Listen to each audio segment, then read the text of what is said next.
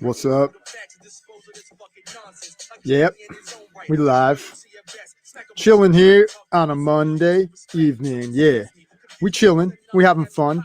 We doing our thing here on a Monday evening, baby. It's Super Bowl Monday. We got a lot to talk about today. I am Jay Aletto, and tonight I will be joined by True God, my boy True God. Hopefully at some point. But we're chilling, man. We're having a good time tonight. We're going to go into a few things. We're going to talk Tom Brady. We're going to talk Bitcoin. We're going to talk the Super Bowl, the halftime show.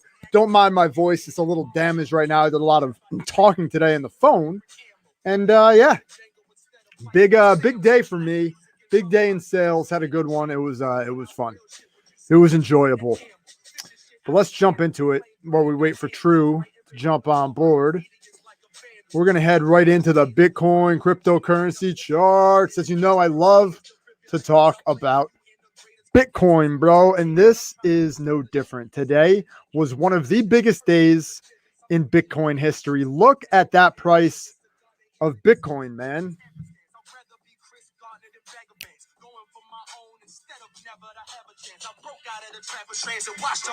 Look at that. How can we not celebrate that beautiful thing right there? Bitcoin sitting at 46,091. No, stop going down. Stop going down. I'm just kidding. It's not going anywhere, baby. We're here. We're at 40,000 and we're not going anywhere.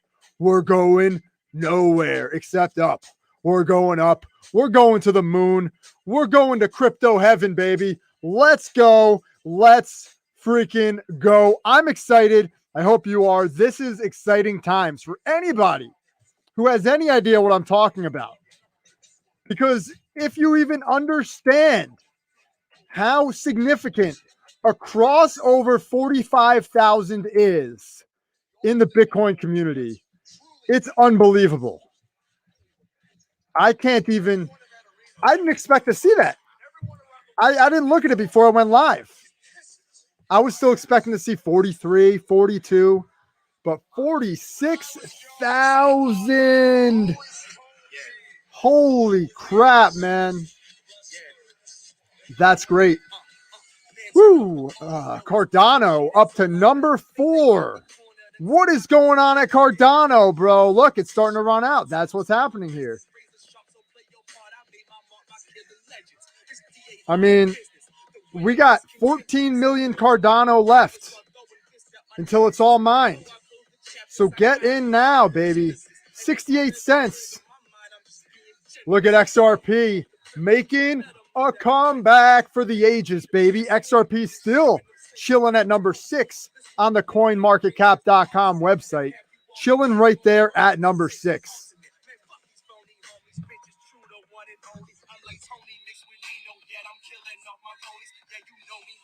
Yeah. True God. Waiting on True. He should be showing up soon, though, man. I'm sure he'll be here soon. All right. We at the crazy thing about these is you look at the market cap. That is a big number. That's 20. Oh, that's not. No, I'm not looking at it. This is a big number. That's 843 billion. 843 billion. What are we doing? Bro, I love this. Like, there's nothing that I like more than seeing my money grow.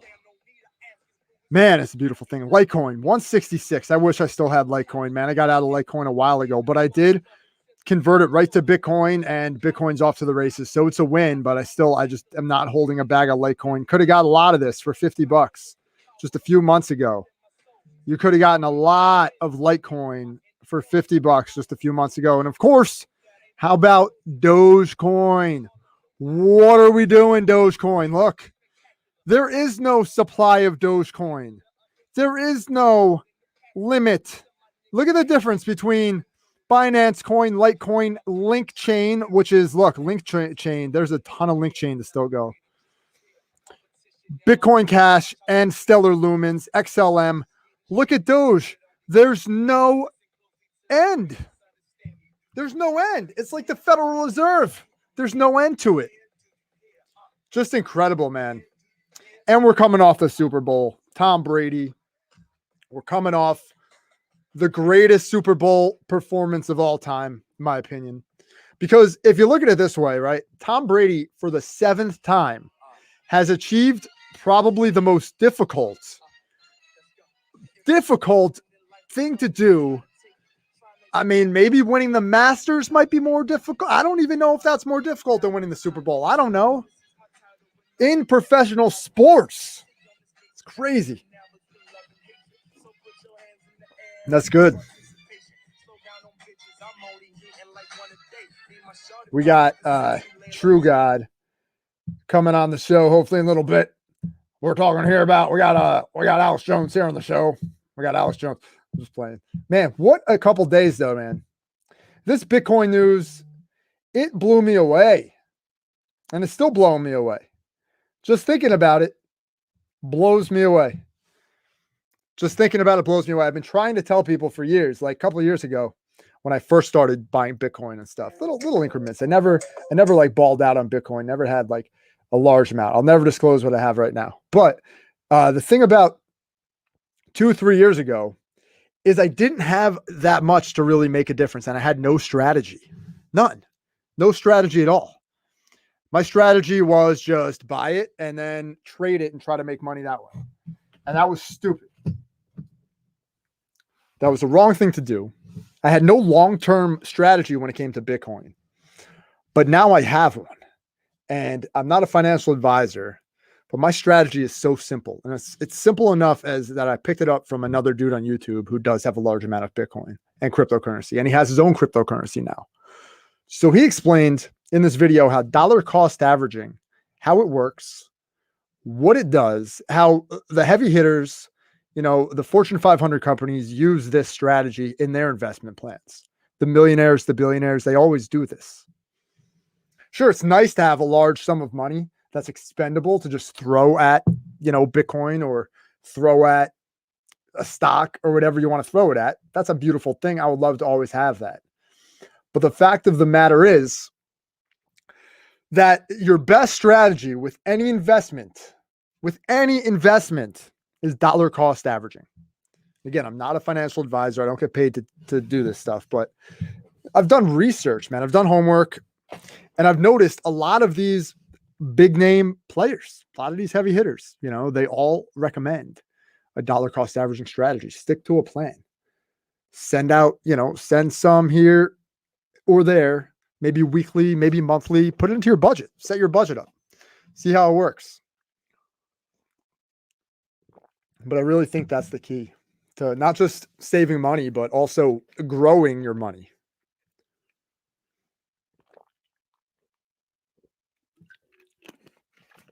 Throat's a little hoarse. Feeling pretty good. It's not sore, just struggling a little bit. So what do we got to talk about? The Super Bowl, huh? Let's go into the Super Bowl for a minute. And let's maybe react to this halftime show, because I watched highlights of the halftime show. I did not watch the entire thing. I have no desire to watch the entire thing, but I will do it for the benefit of this show. So maybe we'll dig into that a little bit, but like, it looks like True's about to join us in a minute. All right. So True said he's going to join us in a minute.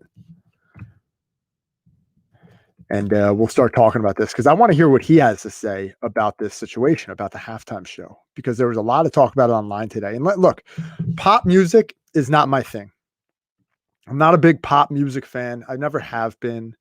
Of course, when I was like a real little kid, sure, I didn't mind pop music when I was a real little kid. But as I've gotten older, as I've grown up, I've understood how pop music can have almost a negative effect on certain people sometimes, and sometimes it's a little bit too much, I would think. But let's get True on board here. What's up, True? What's going on, What's man? good, brother? What's up, man? What's going on? Chilling. How you doing? Hey, chilling. It's a busy day for me today. So, yeah, lot going on. I'm just getting my downtime for the day. So, Beautiful. you know what I'm saying? Beautiful. Came on here, Yeah. chop it up with you. See what's happening. Thanks, man. Thanks, man. It was a busy day for me too, man. I had the 9 to 5 today. Lots of meetings, lots of long phone calls. I'm a cold call type guy, so I'm used to leaving voicemails all day. Today, just a lot of drawn out half-hour conversations. I wasn't having that. But dude, let's jump right into it because I don't want to take up too much of your time. I know you're busy. So I did not watch the Super Bowl. I watched the first half. Okay, I watched the first half.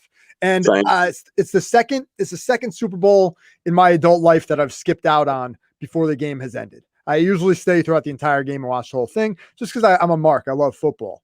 But I skipped out. I skipped the halftime show. I only saw some highlights of it. I have not watched the full halftime show. You're an artist. You're a musician. I've seen a lot of back and forth talk about this halftime show on Twitter today. First of all, before we get into the game, let's talk about the halftime show. What did you think about that last night? Who was it? It was The Weeknd, and who else? I couldn't tell you because I didn't watch the halftime show. Oh, you're with me. Okay, cool. Okay. All right, so fuck that. Let's get into the or go ahead. If you got comments on it, you can comment on it. Yeah, so I'm not a fan of The Weeknd too much. Not really my style. So I had no intentions of watching it, but I just happened to actually be with a young lady during that during the halftime show, and I missed the second half of the game too. So I kind of like I was following it. I was on my phone. And I kind of saw what was going on through Twitter, but I didn't watch any of the second half or halftime. You got to do what you got to do, man. There was a lot of funny stuff today about Tom Brady. As we know, like I think it's now for certain, unless you have a different opinion, which would be fine if you had it, please share it. But that he's probably the greatest professional athlete of all time. Maybe Michael Jordan might trump him a little bit, but what do you think? I wouldn't consider Tom Brady the greatest professional athlete. In terms of football, I think he's the greatest thing that's ever, come through football. In terms of offense, because sure. Football is different. Football is a two-sided game. So, defense wins championships, whether you talk about Seattle Seahawks, Denver Broncos, like the New York Giants, who defeated Tom Brady, in the Super Bowl, like defense wins championships. So I feel like when you talk about right. I feel like when you talk about, you talk about the greatest athletes, I always say individual sports kind of trumps winning in a team sport, unless things are geared towards the individual. It's like Michael Jordan. I always say Michael Jordan is the greatest because he was the individual difference maker and the team game, which basketball is a team game, but it's also very individual orientated because as a player, you got to play both ends of the floor. You got to play both, like with Brady, he's a quarterback. He is the game manager. He's the eyes. He's the vision for the offense. But the defense, like we've seen defenses can carry quarterback swinging up the par very far. The Rams made the Super Bowl 2 years ago, and their offense was good, but Jared Goff was not. Jared Goff is not a guy. Look what Jared Goff is now. So, right. I feel like I put Brady, he probably like top 5, top 6 for me, but I look at all the other different sports, even the sports that I don't follow like that. I got to look at guys like, Gretzky and people like that. Like Gretzky to me is like the ultimate. And I'm not a big hockey guy, but Gretzky growing up, I knew you knew Gretzky, like you knew everything that he did. And so he was the great one. And so I always look at Gretzky like he's one of those guys up there. Jordan, Gretzky. I don't even watch golf, but I feel like Tiger Woods, you got to have him up there. So I look at like it's hard to put a football player, I'd say, at the greatest athlete. And like I said, there's some controversy with Brady. There's always been controversy with Brady in some of his wins, and his most recent ones, I'll say, it hasn't been too much controversy. But in the beginning, Spygate stuff, Deflategate, it's too much. I feel like I can't crown somebody the ultimate, the ultimate top like that. I don't look at Brady like that, but I absolutely look at him as the greatest quarterback we've ever seen. I don't think that's a debate at all. In terms of offense,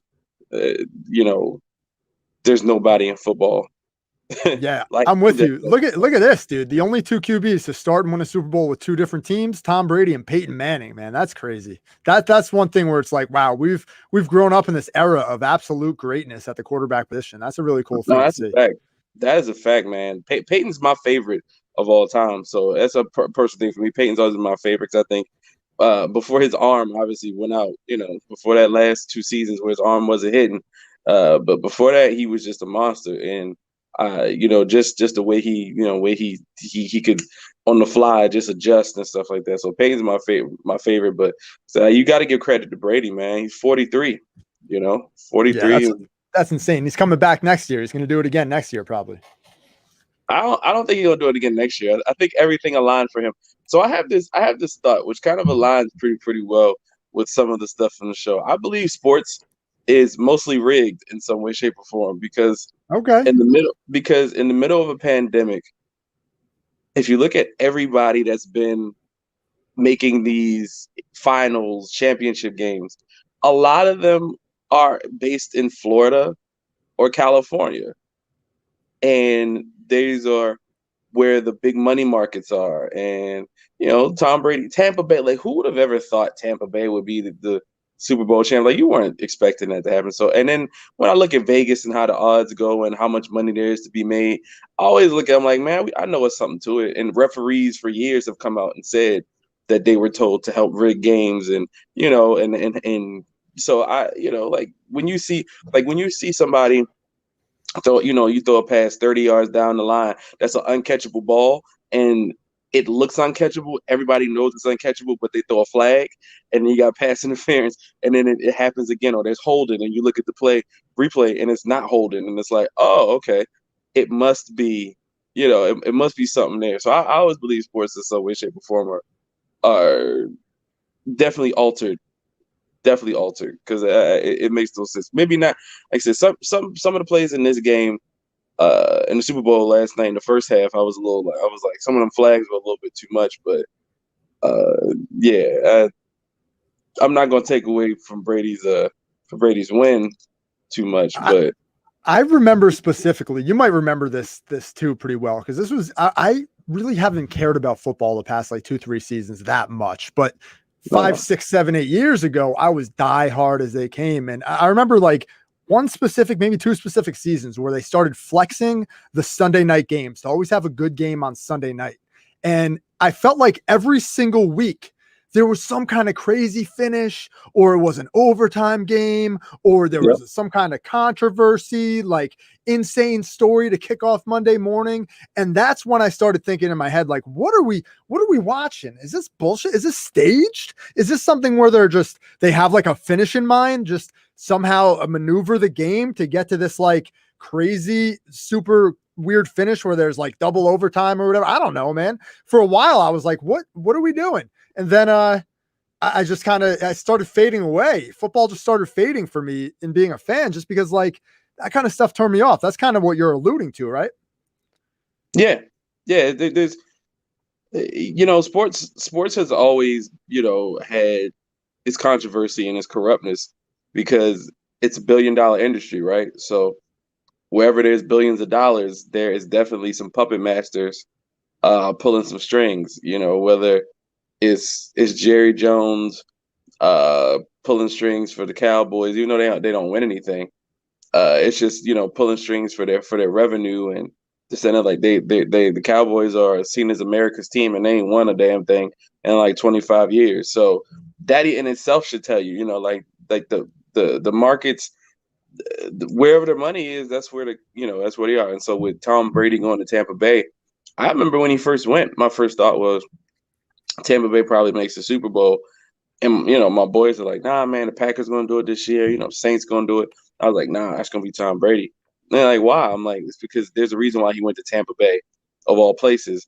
And then I remember when was it the Tampa Bay Rays?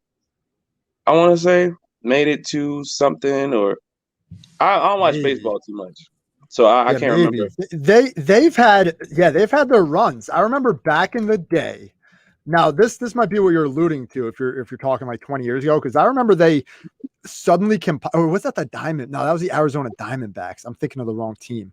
Maybe it was the Tampa Bay Rays or Florida Marlins or something. They always seem to like build these super teams down in Florida in baseball, and then they just annihilate them the next season. They'll like build a super team, win a World Series, and then that team's dead the next year. Well, so I watch. I'm a big basketball fan, so everybody knows this, and I felt very, very confused that the Los Angeles Lakers and the Miami Heat ended up in the finals this past year. And I was like, wow. I was like, that's interesting. That's LA, that's Florida. I was like, okay. Like, all right. And then the World Series, which I was alluding to, Tampa Bay Rays versus the Los Angeles Dodgers. Oh, yeah, okay. And I have to look at the NHL finals. But if I'm not mistaken, with I'm the looking right hockey now, final, dude. Stanley Cup 2020. Yeah, Tampa Bay Lightning, bro. Winning their second Stanley Cup franchise in history. Whoa. It's dude, funny, Tampa, right? Yeah, Tampa Bay crushed it. Well, the Dodgers won the World Series, though, right? The Yeah. Dodgers won, but it's just LA and Tampa, right? Cali and Florida. Yeah. That's been the basis of all the. That's weird. I was like, that's not a coincidence. But I was like, I don't think that's just a coincidence. Right? Like that shit. Like because those teams, first of all, like Tampa Bay Rays are cool, but they shouldn't have made. I didn't think they were gonna make the fucking World Series, and same thing. Tampa Bay Lightning. You don't think so? It's weird, man. Like I like once again, I can't 100% confirm that sports is quote unquote rigged, but everybody, just the research I've done and over the years and just kind of getting information, and then everything points to it, which is crazy that everything points to it. And even if you look up back in the day, man, like with the Lakers during Shaq and Kobe's three-peat, the league rigged. They literally came out and said they rigged Game 6 so that the Lakers would not lose. They literally rigged it. What game was that? I'm not familiar. What year was that one? 2002, Sacramento Kings. And if you just Google Sacramento Kings, LA Lakers rigged, I'm pretty sure because one of the referees, I forgot his name, had a book about it. Oh yeah, there's all kinds of stuff, man. There's a bunch of YouTube videos. X-Ref says 2002 playoff was rigged. NPR also. All right, let's see this because I've never heard this before.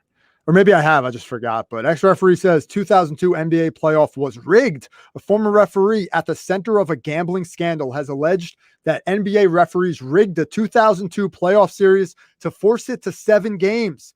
Tim Donaghy, I remember this guy, also says the NBA routinely encouraged referees to ring up bogus fouls to manipulate results, but ignore calls against star players. Holy crap. That's unbelievable. If you're telling me that this guy, Tim Donaghy, who we all remember from our childhood, a real scumbag and NBA referee, we all hate this guy, but he comes out and blows the whistle on this, no pun intended. And I totally forgot about. You're telling me that you expect us to believe this doesn't still happen in every sport across the board? Come on. Yep. Like that's what I said, man. Sports is one of those things where it's like, man, like I love sports, but my fandom for sports has gone down so much because knowing that it's not genuinely what it should be, and it's a $1 billion business, and it's like if I could look at the movie industry, if I could look at politics and see the flaws in all of these things and especially the practices, then sports is no different. Like when they did the whole NBA bubble and they did the whole wearing these equality racial slogans on the back and shit. I was like, man, I was like, for me, like, what does that do? Like, what does that do for racial inequality? What does it do for my people? And like, what does that do? It don't do nothing. It's just performative. All of this is performative, and that's when you really got to tap in. Like, as fans, we give so much energy to billionaires and millionaires, and we follow behind what they do. Sports is just like that. Like I'm a big fan of basketball. I've been watching basketball since I was like 3, and I'm always love watching. I'm always love getting into the Like because we're men, we're men. So sports is something that, it's fun, it's exciting for us to watch. Whether you like basketball, football, baseball, you can watch soccer, hockey, even watching boxing and MMA and wrestling, stuff like that. It's just stuff that we enjoy. But I feel like, for fans, certain fans don't know how to separate themselves. They take it, you become a stand of not only the sport but players. You become a stand of just the organizations, and it's like them you don't work for those organizations. So I stopped saying my team. Like I have teams that I rep, that I've always been a fan of, but at the end of the day, it's like that's not really my team. Like like like none of this is mine, because these are millionaires, billionaires, and I'm doing okay for myself, but I ain't there, and they don't care about us. Like we buy the jerseys, you spend the money for the tickets, you do this and that. Like this is a game, it's a business, it's commerce. That's it. So everything we do as fans is just to benefit them. It has no That's true. benefit to us to be fans. Like literally, Yeah. like it's just nothing. We are just enjoying the product and paying for it. It's just service. And so that's Yeah. why people get so invested and tap into sports. I'm like, man, come on, man. Like that's conversation with a guy at the barbershop. And he's sitting there, he's like, man, I tell you what, man, sports saved my life. Because if it didn't, I wouldn't. I'm a fan of this, I'm a fan of that, and I love them people. And I was like, man, sports ain't save your life. It's just an extracurricular activity you like to watch, so you can keep yourself out of doing something stupid. Like it didn't save your life. Like that could have been replaced with anything. Video games. You could have got a girlfriend. You could have did this. You could have took Hmm. up jogging as a hobby. There's a lot of things that you could do to keep yourself from keep yourself occupied or entertained. It doesn't always have to be watching this, watching that, watching this, watching that. No, it always have to be that. And I kind of realized that people don't some people don't know how to separate themselves from their fandom, and just like with wrestling Twitter, man. Yeah, Like dude. I know. We're gonna touch on that, but I just want to share one thing with you. You mentioned somehow like something to kind of replace that sports void. Well, one of the things that I do is I collect sports cards, man. And I don't know if you saw this the other day, but the Dwayne Johnson, wow, look at this. Dwayne yo, that's Johnson, crazy. 1994 Miami Bumblebee perforated Dwayne The Rock Johnson rookie PSA 10 gem mint sold for 45 grand, bro. So I'm watching this. I think it was last night. I'm Bro, that's watching this crazy. last night. It's got less than an hour left and it's at $26,000, right? So I'm looking at it. I'm like, okay, Yo, 26,000. I actually put a bid in on this card super early on for right. $1,000. I put in $1,000 and I was out of the running in like a day. So I watched it though, because I was very curious how this would go, because I knew in the summer you could have bought these things for, I don't know, like $1,000, 2,000, $3,000 in a 10, ungraded, raw. You could have bought them for a few $100 during the summer. If there were 10, you're looking at $45,000. This was such a big deal that The Rock even acknowledged this on social media, and Gary That's V even crazy. showed his. Gary V showed off his. Gary V's got one too. He showed it off in an Instagram picture. But look Wow, at that, man. So now there's this huge run on Dwayne Johnson memorabilia and stuff. And that's the cool, crazy. That's yeah, like crazy, so dude. if anybody out there has any Dwayne Johnson like mid 90s, late 90s memorabilia, stuff from like his college football days, maybe his CFL run. I know that his WWF run started in 1996 and there's a lot of trading cards from 1997 and 1998 that had limited print, that there's not too many of them out there, and those are starting to pop in value too. Make sure you check to see if you have those, because that's an easy $100 at least. If the card's in bad condition, you might still get 50 to $100 for it. If it's mint, if it's minty, you might be able to get $1,000 for a Dwayne Johnson wrestling WWF rookie card right now. Just I saying. I'll tell you one thing. Years ago, I had such a collection of like wrestling magazines and sports magazines that I think people would have liked. And I have no idea what happened to it, man. I have no idea what happened to it. I know I moved a couple times and a lot of stuff happened, but I lost them all. And I mean, I'm talking like, I didn't collect cards as a kid, but I was gifted cards from several people I knew when I was going, because I was such a wrestling fan. So people, Totally. gifted me this, gifted me that. And so it's kind of crazy to think about it, that there's such a when I see stuff like that, I'm like, man, that's crazy because I would have never guessed. I got an autographed WCW magazine from Hulk Hogan and Macho Man Randy Savage that probably would have been worth Dude, ridiculous. And dude, dude, let so, me stop you real quick, bro. Because if both of those men sign something and both of their signatures are on it, that is a very expensive piece of memorabilia because that's yep. something that cannot be replicated anymore.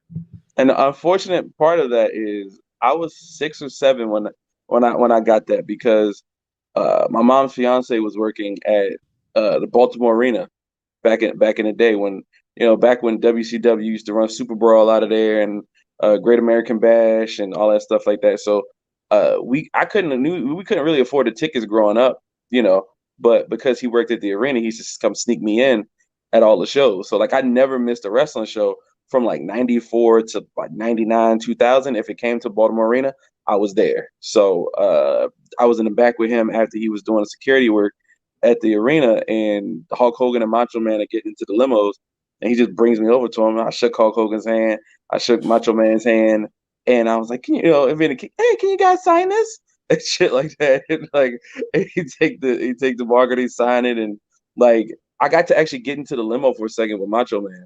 Oh, that's Like so sick, dude. That's so yeah, awesome.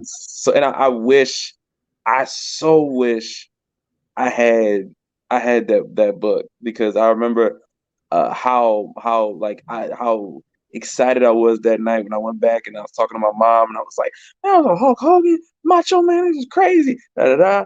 And like I was so excited and I always held on to that for years. But because I was so young, I think when I got to maybe like 18, 19, I was dibbling and dabbling and doing a whole bunch of stuff I had no business doing. And I think at the time I kind of outgrew the need to hold on to stuff. So I kind of lost a lot of stuff at that time. I had a shoebox with magazines, but also had a shoebox with like some other stuff, some cash in there and some stuff like that too. And I lost all of that. So uh Yeah, it yeah, so sucks, man. somebody probably has it. I'll put it like that. Somebody probably Yeah. has it. And, Yeah. and similar story with me, man. Like I grew up collecting sports cards and wrestling toys, dude. I had so many wrestling toys, and I was Right. lucky that I was able to hold on to my sports cards. But I sold so many freaking dude. Back in 2017, I started my eBay store, and right out the gate, I sold all my good shit. I had like Kobe Bryant autograph card that's now worth 4 figures. I would say probably over $1,000. I sold it for like $200. Just graded like mint condition Chris Paul rookie autographed mint condition Nice. 10, sold it for like 200, probably now about 700, $800. So I sold a lot of my good shit early, but I still have so much. Like I'm looking around right now, I have so many cards and stuff, and I'm happy to have them right now because they are just popping in value. And I can actually talk about that all day That's long. But dope. one thing I wanted to get your opinion on is another big news story today was Bitcoin, man. I kind of started talking about Bitcoin today. I'm not sure if you followed that story at all, I but have not. Bitcoin, I haven't checked. I haven't even checked my stuff today. So Bitcoin, $46,869 right now. I need to go make. I need to check some stuff once we finish here. I Yeah, look gotta at check that some face you stuff. made. Dude, there is so much crazy opportunity right now in the cryptocurrency game. I'm not even kidding with you. And I'm not a financial advisor. Look, we just watched it hit an all-time high crossing 47,000. We just watched that happen live. That's Yeah, amazing. I gotta check some things once I'm finished. Once I'm finished here, I gotta check. Look at I, this.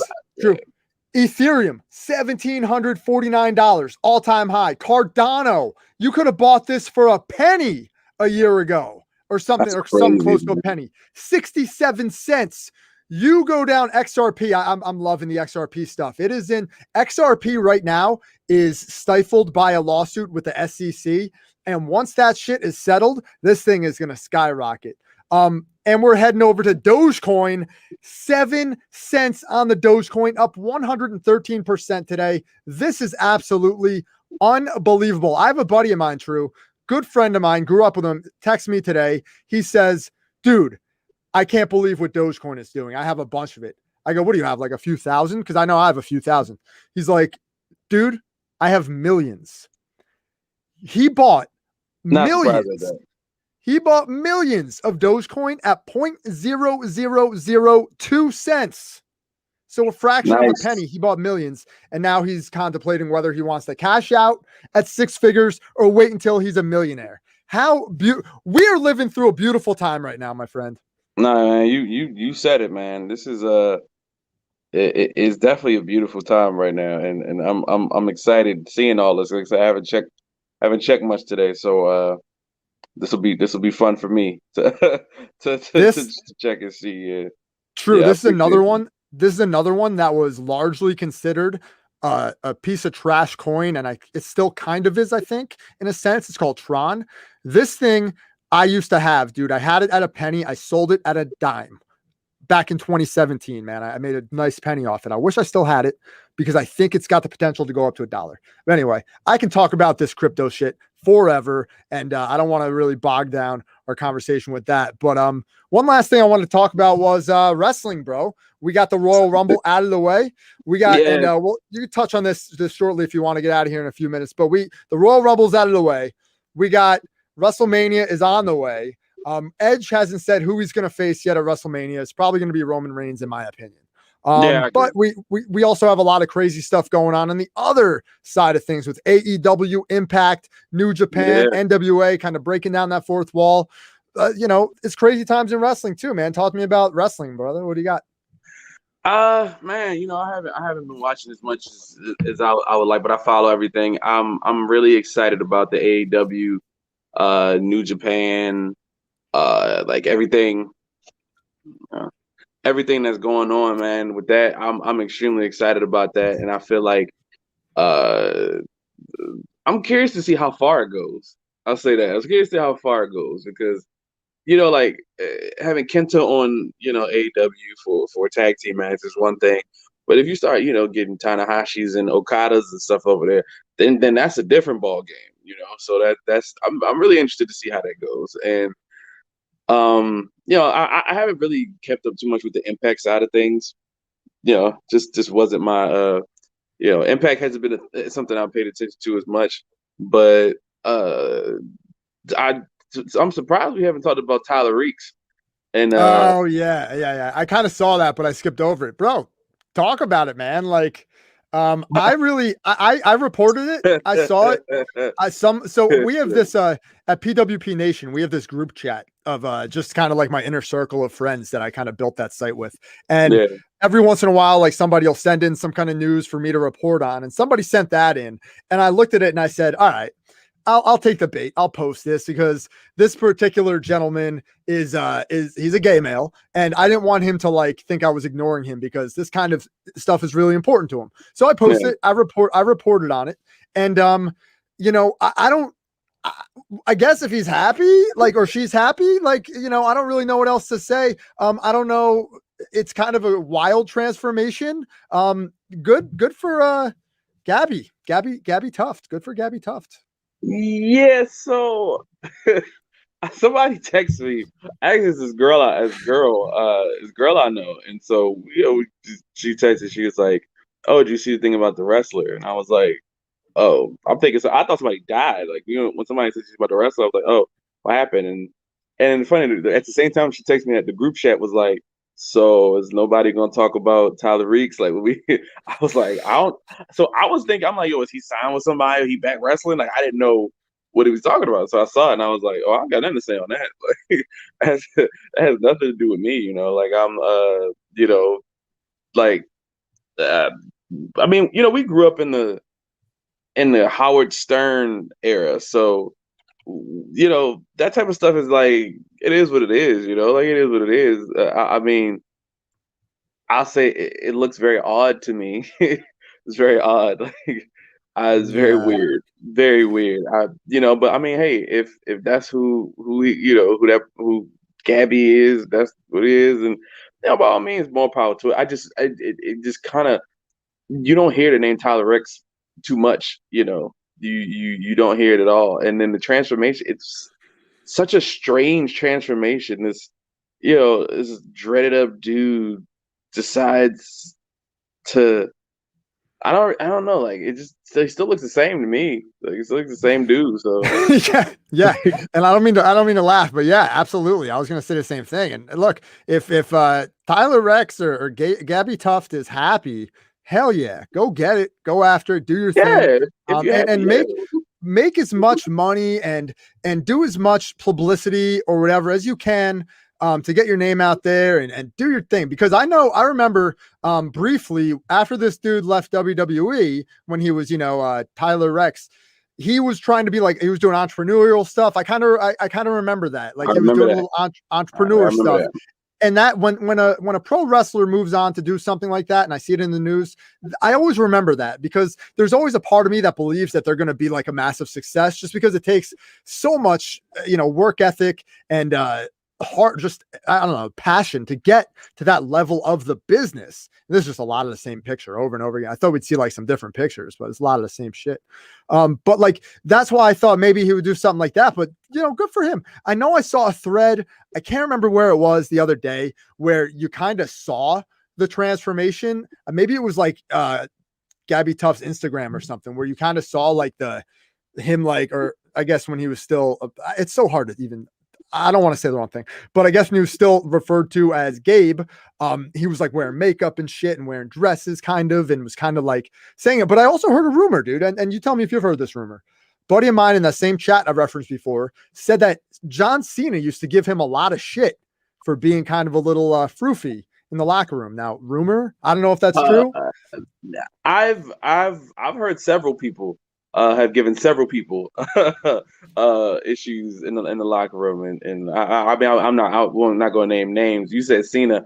I've heard that in passing. I think I've heard other guys too, other people that are main eventers currently as well. So which it's not really hard to figure out who some of those people are. Considering that there's only a few people that have been around that long and that are still wrestling, so there's not really many people you could speak of. But it wouldn't be surprising. I think for somebody like Cena, based on what I've heard about Cena or know of Cena, uh, I would definitely think, you know, Cena's extremely comes out like he's extremely trying to be macho or something. So I feel like it probably would rub him the wrong way. Just to see a dude like this, Tyler was a big dude. Like he's a big dude, like a very in shape big dude. So I feel it feels it. I guess it does probably feel weird for another dude to see somebody being a little, Yeah, yeah, totally. And like here, Rex talks about Cena was giving him shit for stealing his finisher, which looks like it's just a torture rack, like an opposite thing. I think he did like a burning hammer type move, if I'm not yeah. mistaken. It was like a reverse FU. So Cena was giving him shit for that. And Rex is quoted as saying, "So I'm thinking that he's joking. And given what I said, hey, we'll get it right tomorrow. We kind of screwed it up. We'll be better." Knowing that I did in front of him many, many, many times, he knows exactly what it is. Next day, we go to the next show, and Primo's like, "Hey, should we change it?" And I said, "John Cena saw me do it a million times. I think he was just saying, get it right, so it doesn't look like his FU." Whatever, man. This isn't a big deal. But I think that was something that my buddy was alluding to. I don't know how true it is, so I don't want to put that rumor out there. But Yeah, like I said, I hear stuff, and I try to take it with a grain of salt because it's like there's always some gossip about what happens behind the scenes, and I've been told a lot of things, some of which is stuff I'm pretty sure is true, but there's certain stuff where I'm just like, I'm I'll probably, I'll share I'll share a story. I'll share a story. And I don't care about telling the story because I heard it from a dude who was very close to the situation, okay. and he was working actually for the company at the time. So I don't care. I'll tell the story. So anyway, you remember Ring of Honor's former owner, Carrie Silkin?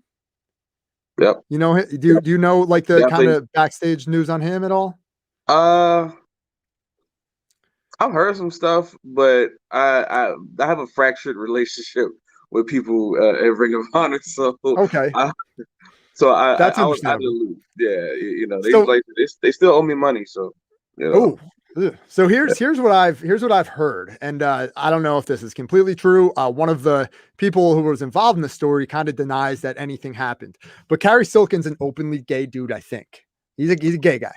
So I've heard that. Yeah, I've heard that. yeah. Yeah. So one thing that I heard that he used to do is he had a type. he liked young, blonde males. Okay. So And he one was of like the Pat young, Patterson. He was like Pat Patterson in that there you game, go. basically. Yeah. A couple of the young blonde males that he liked during this time period. Okay. One of them is no longer with us. His name is Larry Sweeney. You remember Sweet and Sour Larry Sweeney? Yeah, the name sounds very familiar. He wrestled on the indies here in the Northeast. He wrestled in Chikara. He was a manager in Ring of Honor. He had Sweet and Sour Inc. So Yeah, yeah, he was yeah, quite fond. He was quite fond of old Sweet and Sour Larry Sweeney. In I won't go into details, but I heard that yeah. this dude Carrie Silkin would have these Guitar Hero parties at his house where everybody would come over and play Guitar Hero and they just chill out and play in Rock Band and stuff like that, right? And from what I remember from the story is that they would have drinks and everything, and he would always like offer, people to stay the night and stuff, right? One of the people that he tried to, now I hate using the word groom because these are adults. We're not talking about underage children. We're talking about people in the wrestling industry. They're going over to his house on their own accord. He's having a party. They know what's up. They know the deal. One of the specific people that he apparently had an eye on was one Kenny Omega. Carrie Silkin apparently had an eye on him. I don't know if anything happened. But apparently I would be surprised if it did, brother. I tell you, that right now. I've heard some stuff about Omega, so I'm just yeah. So apparently he attended one or maybe multiple of these Guitar Hero parties. Another gentleman's name was Sweet. Oh, what was it? Not Sweet and Sour. It was Sugarfoot Alex Payne. He was another one. He wrestled in Ring of Honor for a shorter period of time. And then I think he moved out of the wrestling business, or maybe just a small indie shows. Anyway, he denies anything happened, but he did confirm that these Guitar Hero parties did in fact happen. So that's a little bit of my story about that. I don't really have any more information other than that. And a lot of speculation surrounding what happened at those parties. And I know for a fact there was a lot of Ring of Honor wrestlers that were there that are prominent wrestlers in the business today, not only Kenny Omega. So no, I can say I've had some, not of course with Carrie. I've never had any really run-ins or dealings with him myself. I've been around for like get-togethers that they've had after ROH shows, but never, Oh, can I just before you continue? I just want to add one more thing. That entire story was alleged. Like I was not there. I don't know if it happened. Somebody told me that happened. Gotta put a disclaimer. Gotta put a disclaimer on it just in case somebody will come back. Yeah, see, exactly. And then somebody else told me about it. Then somebody else confirmed that it happened. So that's all. Yeah. See, I should have done that when I was telling stories about the business a couple years ago because I never put disclaimers on it because I was like I was there for half the shit. So I was there. Like I saw this stuff happen. Go tell the story. Like I would tell stories off the record to a lot of people, and they'd be like, "Yo, no way that really happened." I'm like, "Yeah, man. I'm hanging out with a very prominent tag team that's currently involved in an AEW storyline right now, and I was hanging out with I'll say one member. This is when this guy was married to a woman that was working for the company that I was a part of, and that's when I realized I was like, well, everybody in wrestling smokes weed. Like I didn't realize that everybody was smoking. Like everybody's smoking. And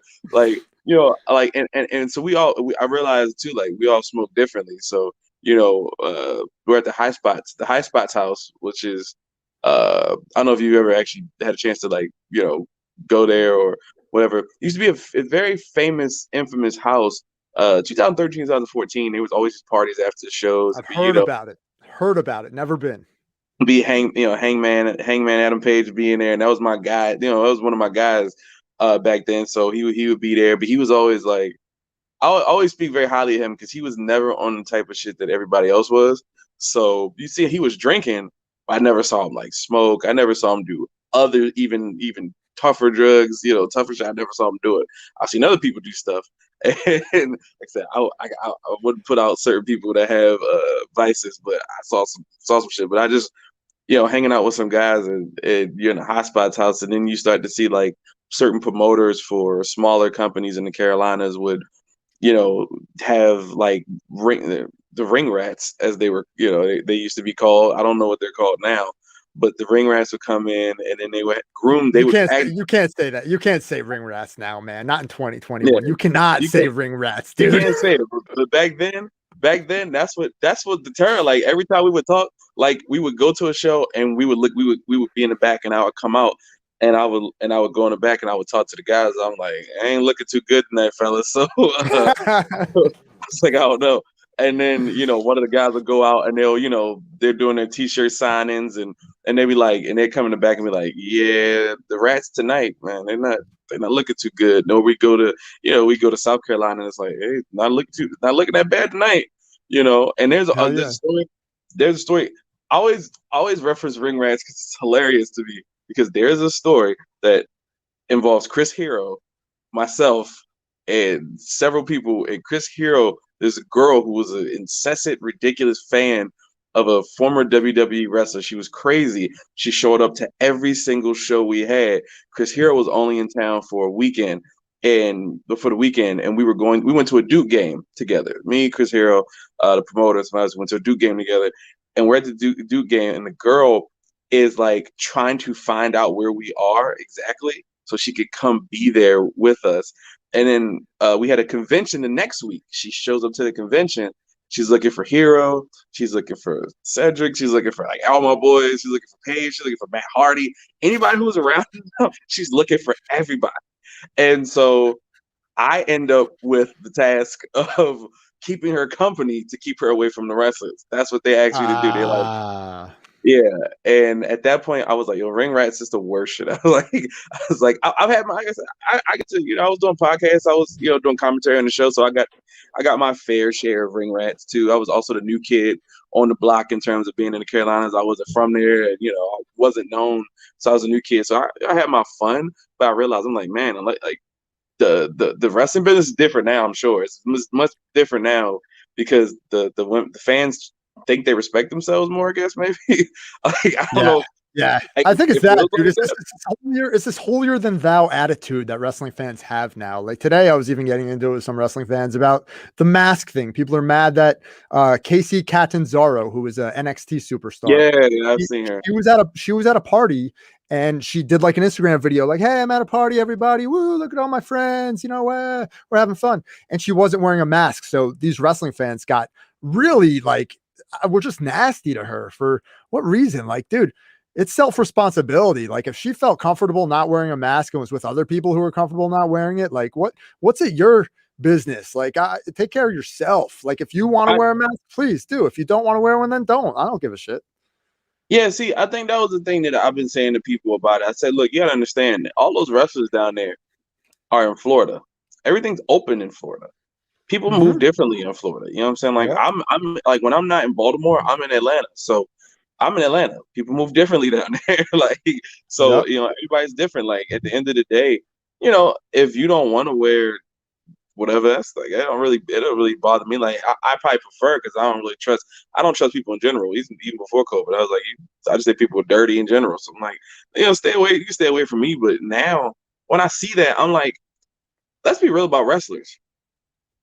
It's okay for them to go wrestle and go sit in an arena around 50, 60 people, production crew, all that stuff like that. It's okay because they're entertaining you. It's okay for them to go to work and do that. But if they want to go out to a bar that's open and go hang with their friends, it's a problem. But not to be around 50 or 60 wrestlers, touch them, be up in their face, have a match with them, like spit flying, sweat flying everywhere. Like Totally.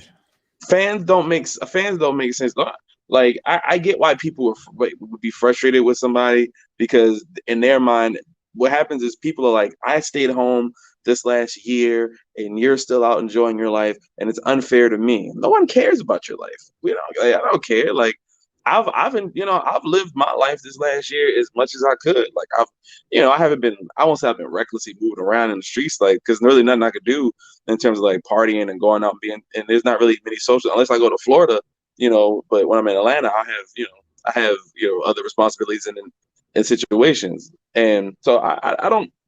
So I think fans they just take stuff too literal and too personal. Like if that's what she wants to do, that's what she wants to do. And if let's say by some chance her being out and about led to, you know, WWE having to shut down production for a week or two because it was a rampant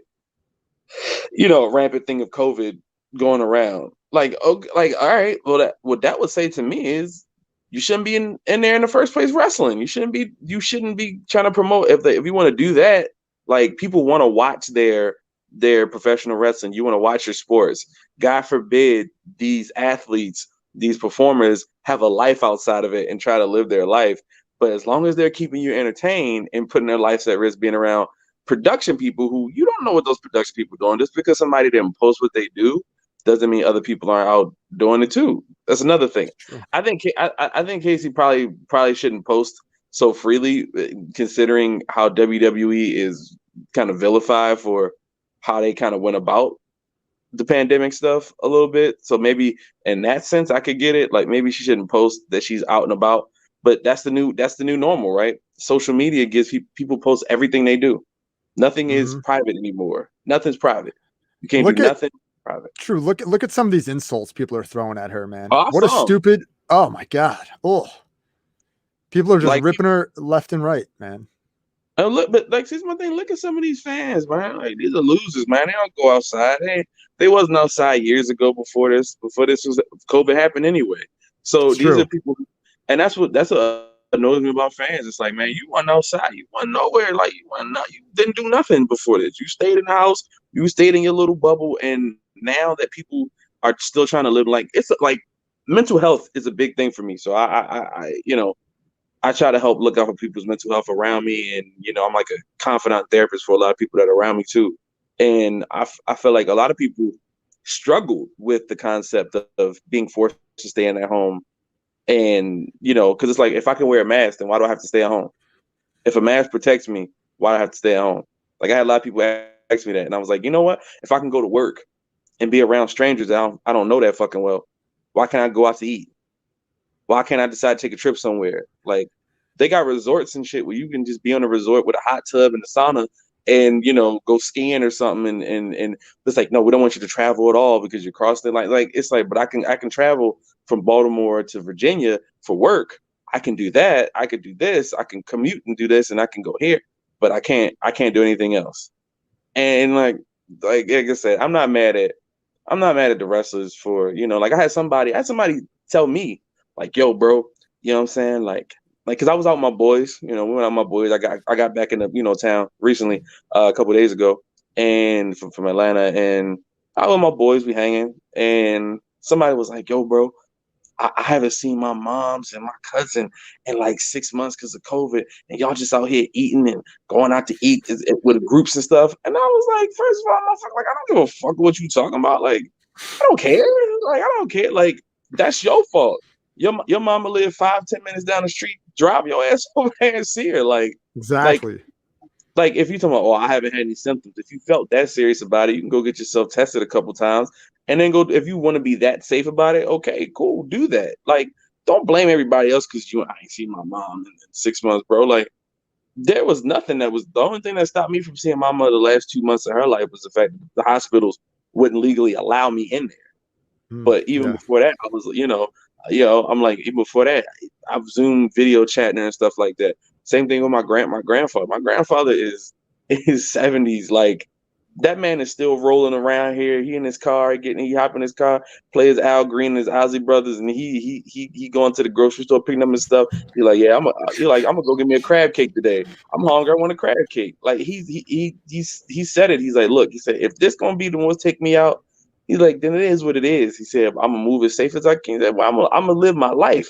Like, you're not stopping me from living my life. Like, you may stop me from being as reckless. I think that's the only difference that a lot of people know, is that you're not reckless around strangers because, of course. It's personal responsibility, because I don't want to get sick. You don't want to get sick. Nobody wants to get sick. But let's use some common sense, have some common courtesy, and allow us as adults and human beings to make our own decisions. I don't even mind wearing the mask in New Jersey. I can wear the mask anywhere. I don't care. It doesn't bother me to wear it.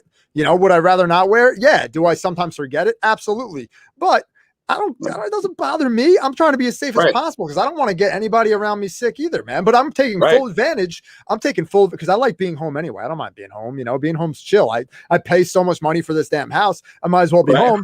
So it's like, so I'm this is this full year almost I've been home working, right?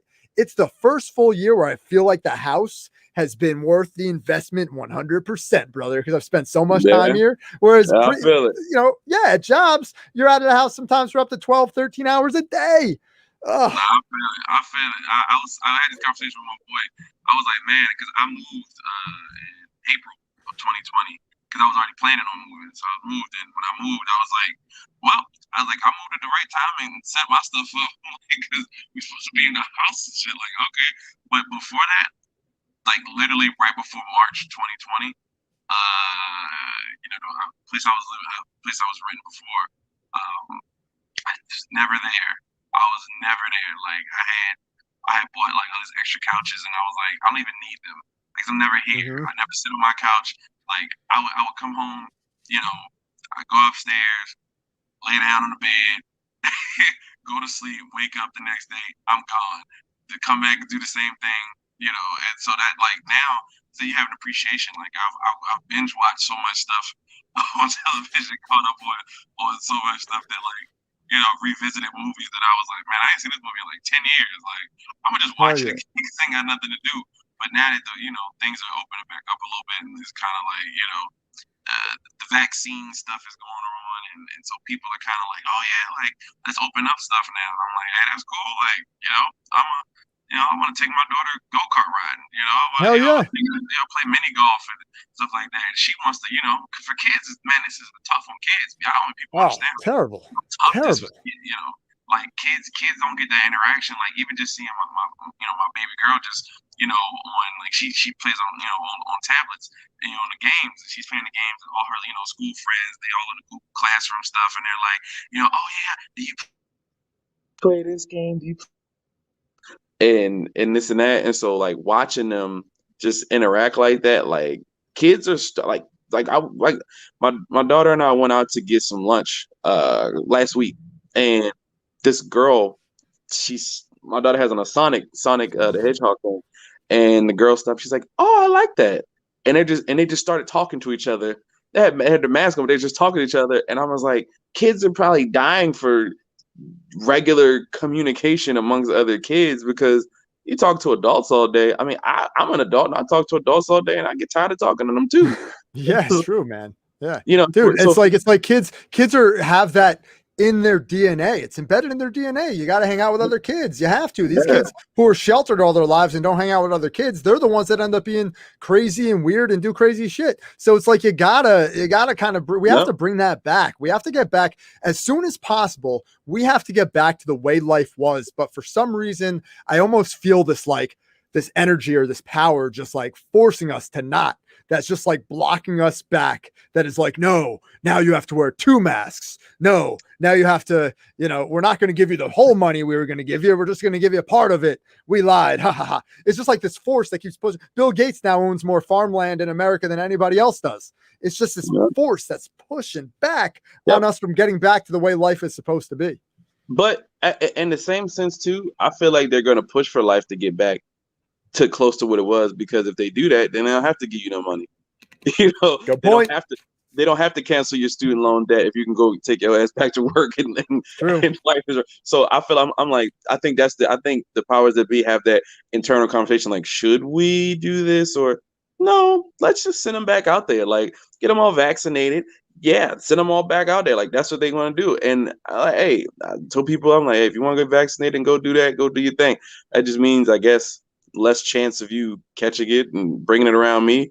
Cool, that's good for you. Right. Yeah, totally, dude. I have this old lady who used to come to the arcade I managed. She messaged me the other day, and she's such a sweet, nice old lady. Her name's Arlene. Like, she was always such a pleasure to deal with. She's such a nice lady. Anyway, she messaged me like, "Oh, how are you? How's everything?" She's like, "Did you get your vaccine yet?"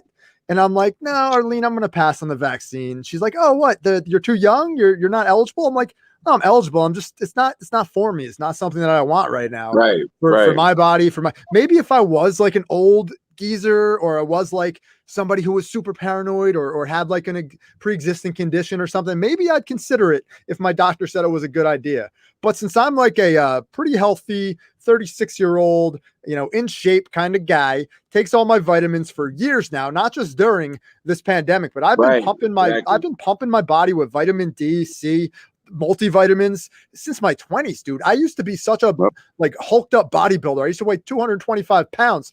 I'm never going to stop taking all those vitamins, man. Hulk Hogan set that into me when I was a kid. Train, say your prayers, eat your vitamins, brother. Like, oh, you better do this, dude. And I just was like, okay, Hulk, okay, I'll do whatever you say. And like, as a kid, that was me. And I grew up to be that same guy. Like you're not going to stop me from taking my vitamins. So I don't feel like I need the vaccine. And if somebody, like, I keep hearing them change the verbiage, and you probably heard this too. They went from it being like, okay, you can get the vaccine soon. And then it's like, it's going to be your turn to get the vaccine is what they're saying now. Wait your turn, and your turn is coming. Like, what do you, like, they're implying that all of our turn is going to come. And then we're going to have either a decision to make, or we're not going to have a decision. We're going to be told what to do. And that scares the shit out of me, kind of. I put it like this: there's nobody in this world that can make me take that motherfucker. So I love it. Like, me too. And like I said, like, flu vaccines have existed and all this other stuff has existed. I didn't take them shits either, and I wasn't, and my thing is I haven't had the flu really, man, it's might be like 15, 16 years. And the reason why is because like I barely even get sick. Like everybody who knows me, been around me, like, yo, you never get sick. I've never seen you get sick. The closest, which is actually, it might have been COVID. This might have actually been COVID in February of last year, where I was going to so many games, like going to, hockey games, basketball games. And I guess it was already here in the United States then. And I was sick, but it was like, it didn't feel like a regular sickness. I was having like not much trouble breathing, but I was like kind of stuffy. I was like, this will never happen to me. It'll never happen. And I was sick for 2 days. And that might have been it. Bro, because it was going around the Super Bowl. It was last year. It was going around the Super Bowl. It was going around the Royal Rumble. There was tens of thousands of people there. And that's the crazy part is like I felt it, and I was like, and I remember like we were talking about this weekend with my boys, and I was like, yeah, I said, yeah, I remember. Like, y'all remember? I was like, kind of like I was sick, but I wasn't like sick. I was still like kind of up and able to do stuff. I was going around the house, and I wasn't sitting down like that, and I, and I was like, I'm not feeling too well. I said, but I'm gonna take my usual stuff and see how I feel. And like I steamed this mix of all my immune system stuff that I usually do. If I even feel like I got like the sniffles a little bit, I'll just steam that stuff and take it and I usually feel better. So I did that in February, and I was like, oh, I woke up the next day, I was fine. Wasn't stuffy anymore. Anything. Yeah. So I was like, so I'm like, maybe it was, maybe it wasn't. You don't really know. But because I don't get sick, that made me think instantly like, oh, okay. Like maybe it was. And then it's like I've spent years, working on my immune system, staying as hydrated as possible too, because that's a very big important thing for all that stuff. So I'm like, man, I'm not worried about that shit. I'm not worried. Like I'm not stupid, but I'm not. Yeah, you're not going to be reckless. You're not going to be an idiot. Yeah. You're not going to go like just be a moron. And that's the thing I keep trying to explain to people. Like, you can either like suck on the government's nipple and just believe everything they tell you. Look, if there's a governing body or agency, so to speak, in our country that has failed more than the CDC, I want to see who it is. Maybe it's the Federal Reserve. Maybe it's one, but the CDC has failed, not just because of the pandemic and stuff, but years before that. We are the most obese, sick, diabetes ridden country on the planet. And if the CDC was worth a goddamn, they would have had their shit together and had us listening to them. Now they want us to listen to everything they have to say, follow the CDC guidelines. Right. Why? Like, it baffles my mind that they would close gyms but keep McDonald's open. Like, they don't make any sense about this stuff. Like, if anything, gyms should be open, because that's where you would want the healthy people to actually, maybe if they transmit the shit in there, whatever, it's going to happen there, and they're healthy, and maybe it might not be. I don't know, man. I'm just talking out of my ass. But to me, the whole thing is ass backwards. So gyms are open here, right? So gyms are open here, and they have this air thing that apparently that it's filtered through the entire gym, and it's supposed to be like 95% effective against like germs in the air, stuff like that too. And so most of the gyms here have that, and so that's how they've managed to stay open because apparently, like I said, they did research for some shit and it was effective. So I've it was closed for a while, man. The gym was closed for a while, Yeah. Just, They say they so have those air filter things on planes too. They say they're on planes. That's why they're they are, allowing full planes. but I don't like. I don't like the planes, man. Because for me, I was traveling by plane before they started doing full planes, and I loved those first 3 or 4 months of COVID. I ain't gonna lie, man. I love the beauty of not having to have anybody in the Ah, same fucking row on the plane, and nice. I'm just like, and I'm like, man, this is great. Like, why don't they just do this? I'm like, you bust in with somebody. I mean, flights aren't that long anyway, right? I'm going from Baltimore to Atlanta. It's like an hour or some change, like at best. So it's not bad, but it's still kind of like if I'm traveling, I need to be comfortable. I like to be comfortable, and so yeah, they do have this air filter stuff, and like I said, gyms being back open are important because most people you gain weight while you're sitting at home. You eating food, and even if you could be eating the right stuff, you can have a great diet, and it's just that because you're just not mobile, you're not moving around enough, and and your metabolism changes too because your body's used to so much activity, and when you're not doing that activity, like for me, I like in the summertime I started running again because I was like, oh yo, like there's nothing open, like I can't do shit. Like all there Yeah, is, yeah, and then it's like, man, you in the house all the time, you don't feel like cooking all the time when you're in the house, so you yeah. don't That's want to true do meal too. prep, you don't feel like meal prep, Hmm. like man, I haven't had in a while? Pizza. Yep, Like yep. man, I haven't had a sub and like a burger in a while. And so you start is there in your mind. Whereas if you're busy, you're doing stuff, you get home, you're like, man, let me cook this salmon and some rice and put some broccoli and asparagus and shit. Let me do this meal prep, and you do that, and it's a normal thing. And I fell into it. I fell into it heavy because I was just like, man, like I opened up Uber Eats and like DoorDash, and I was like, "Yo, I ate at none of these places. I'm gonna try all of these motherfuckers." Yeah. I'll be stuck in the house, and then you look at your bank account, and you're like, "All right, okay, I've spent like $200 this week on ordering. Let me get, and I got $200 worth of groceries in the refrigerator. Let me just cook something." And so, but that's a big thing I think that's happening to a lot of people, man. Like a lot of people aren't, they aren't moving around. Like I was on my feet moving around today for like 6-7 hours today. So and Yeah. and just getting a good workout in. I'm going to the gym in the morning tomorrow. So like I have my regiment kind of getting back on track after having it kind of be off track for a while. And I'm still having my struggle with ordering food because like I was like, hey, I'm not gonna order anything. We went out this weekend, and everybody's getting burgers and wings and shit in the Super Bowl weekend. So like, Yeah, yeah. It's an you excuse. know, It's an excuse, but it yeah, works, bro. I had like 25 mini hot dogs yesterday. It's oh, Super good. Bowl, man. It was great. It was Yeah, a great like, time. You yeah. gotta have fun. Gotta still But have see, fun. But yo, but let's wrap this up, True. Let's wrap this up. You can finish up, but yeah, let's wrap this up in a minute because I gotta get upstairs yeah, and tend to yeah. the tend to the I wife. got. Hey, I'm looking at the time now. See, like, I gotta definitely We could run it. bullshit. We could bullshit like this all night. This can go on for 7-8 hours. We don't want to do that. We want to do more of Yeah, these in the yeah, future. no, We don't want people to get sick of us.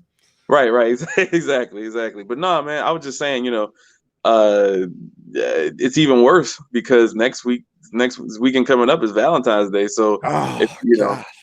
so if you take your lady out to eat, or you're gonna order in, she might want to, let's order a pizza. Let's let's lay up and let's eat Oh. chocolate and shit together and shit. Like, man, I'm lucky because I'm not tied down. So I have like 3 Valentine's Day plans right now.